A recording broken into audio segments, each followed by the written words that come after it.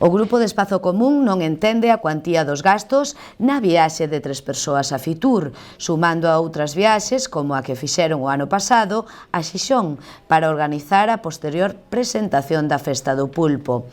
Espazo Común tampouco entende que se fale en canto ao termalismo do manantial do Bañiño de Arcos, que aínda que non se pon en dúbida os seus beneficios, non supón turismo a maiores para o Carballiño.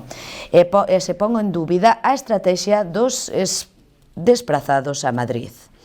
O Grupo de Espazo Común non entende tampouco como de 16.000 euros que se aporta hoxe o destino Carballiño Ribeiro a situación máis relevante deste entre o Carballiño no ano 2019 foi a instalación duns aparatos de calistería na finca das Barcias, en pleno parque municipal. Namentres o proxecto xeral do parque segue parado.